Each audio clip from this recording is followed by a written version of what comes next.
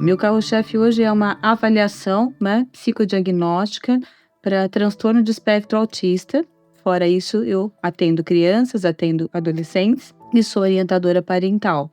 Gosto muito de atender as famílias, porque a psicoterapia infantil ela tem que caminhar junto com a orientação parental. Então, é uma das coisas que eu engajei, né, dentro da minha prática clínica. Mas o meu carro-chefe hoje seriam as avaliações, porque é um público hoje adulto, sem diagnóstico, que se sente em perfeito abandono emocional por conta de muitas buscas, né, de práticas clínicas, psiquiatras, neurologistas, e que não tiveram respostas e que acabam vindo fazer o teste e acabam descobrindo que estão, né, dentro do transtorno de espectro autista. Por isso que eu digo que isso é libertador. Então eu fiz disso a minha bandeira, né, ultimamente, tenho trabalhado muito com afinco, feito muitos, mas muitos estudos em relação a isso, para me tornar, né, um diferencial dentro dessa área do espectro autista em adultos. A Psico Infinity, ela continua com o mesmo foco, né, da proposta inicial, atendimento a crianças, adolescentes, adultos, mas hoje o engajamento, né, um dos engajamentos aqui é realmente pela abordagem ao autismo em adultos.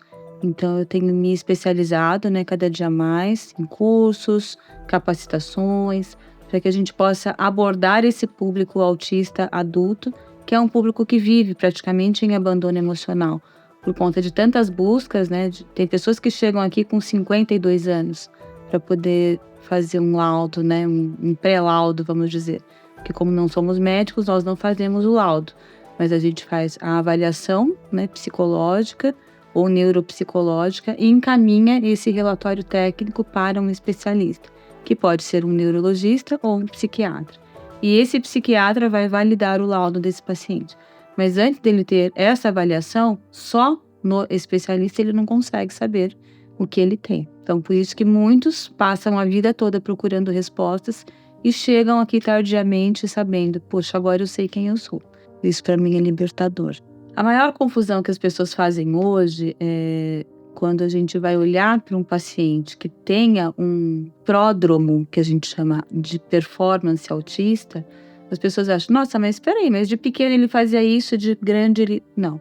O autismo hoje ele é considerado um transtorno neurobiológico, então as pessoas nascem, né, com essa má formação, sei lá o que dizem, né, porque tem tantas teorias a respeito disso. Então ninguém sabe se é uma má formação, se é um déficit entre alguns neurônios, né, isso está sendo estudado ainda, porque o autismo, por incrível que pareça, mas é algo ainda novo, né, pra gente. É claro que esses 10, 12 últimos anos a gente avançou muito, inclusive aqui no Brasil com esses estudos. Então assim, o autismo não é que você nasceu autista e com 10 anos você vai deixar de ser autista. Não, se você tiver o autismo, você vai ter o autismo sempre. A única coisa que a gente sempre tenta explicar para os pacientes é que eles existem em nível, né, ou em níveis. Nível que algumas pessoas nem gostam mais de que se toque nisso. Leve, moderado e severo. Tem mães que falam, quem tem filho autista... não existe nível, né? A dificuldade é todos os dias. Por quê? Às vezes é uma dificuldade social, às vezes é uma dificuldade cognitiva, de compreensão, e às vezes é uma dificuldade sensorial. Quando a criança ou o adulto tem essas 3 dificuldades unidas, a gente diz que ela está totalmente dentro do espectro autista. Se ela tem só uma dessas dificuldades, a gente diz que é um traço autista que ela tem, mas ela vai ser autista sempre. Quanto a ter uma vida... regrada, né? Existem muitas pessoas hoje que não têm autismo, que não têm TDAH, que não têm dislexia e não têm uma vida regrada, né? E tem dificuldades no trabalho, na vida pessoal. Eu sempre digo que não é por conta de uma condição física ou patológica, enfim, que as pessoas... Porque o autismo, ele traz muitas comorbidades, né? Ele traz um TOC, que é um transtorno obsessivo compulsivo, na maioria das vezes. Ele traz um TAG, que é um transtorno de ansiedade generalizada, que às vezes é uma ansiedade muito grande, que vai para um pânico. Ele pode trazer uma ansiedade paroxística também, que é a síndrome do pânico. Ele pode trazer um esgotamento, né, na verdade, que é o burnout, que a gente chama de shutdowns e os meltdowns, né? Shutdowns. E que, na verdade, essas pessoas, elas tem uma probabilidade de ter uma vida normal. Tanto que quando eu concluo um relatório técnico, eu coloco lá: se ele não é uma pessoa que tem um déficit de inteligência abaixo do esperado, ele é um autista que está totalmente preparado, né, para se capacitar de acordo com que ele trabalha as suas defesas internas, porque são pessoas mais fragilizadas internamente, mais inseguras. Então, a gente trabalhando todo esse contexto que a gente chama de THS hoje, que é o treino dessas habilidades sociais, a gente vai posicionar esse adulto. Ele pode casar, ele pode ter filhos. Eu tenho pacientes adultos aqui que são casados, têm filhos e são autistas, né? E têm uma vida normal, e trabalham, né? E são pagadores das suas contas, dos seus impostos.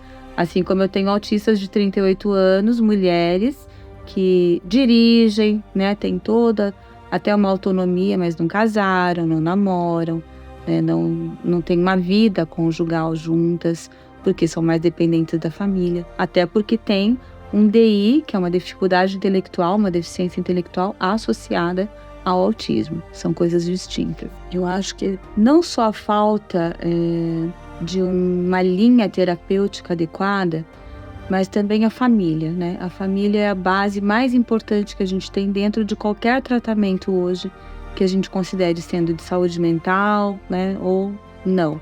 Porque se você vai ao médico, ele te dá uma medicação e você não toma, ou seja, você vai estar aspirando, na verdade, a sua verdade, não a verdade médica daquilo que é necessário. Então, muitas pessoas se confundem, mas a mãe... Tá, existem famílias que protegem mais, porque existe a insegurança. Lidar com um diagnóstico novo não é fácil para ninguém, né? Principalmente quando é uma criança que é totalmente dependente desses pais, então a tendência sempre é super protegê-los. Por isso que é mais importante tratar junto da família com esse paciente, mas o engajamento profissional, a equipe multidisciplinar, né, ele vai precisar de uma fono, de uma terapeuta ocupacional, de um psicomotricista. Eu estou dizendo quando o paciente é muito comprometido, de um psicólogo, de um neuropsicólogo e de um neuropediatra. Então são 6 pessoas, né, fora outras pessoas que estão envolvidas toda dentro desse processo. Aqui, quando ele já vem com laudo, eu tenho condição de trabalhar a psicologia, que é a psicoterapia comportamental, mais o treino dessas habilidades sociais. Mas ele precisa de um profissional para poder sair, porque ele tem potencialidades que não foram trabalhadas. E se a gente não trabalhar, ele vai perder. Mas aquele que começou o tratamento com 3, 4 aninhos, vai ter uma qualidade de vida, né? Uma autonomia muito maior, né? Na fase adulta, na fase jovem adulta, do que aquele adulto que ficou 40 anos esperando uma resposta. E ele vai avançar, mas ele vai avançar bem menos do que aquele que começou o tratamento antes.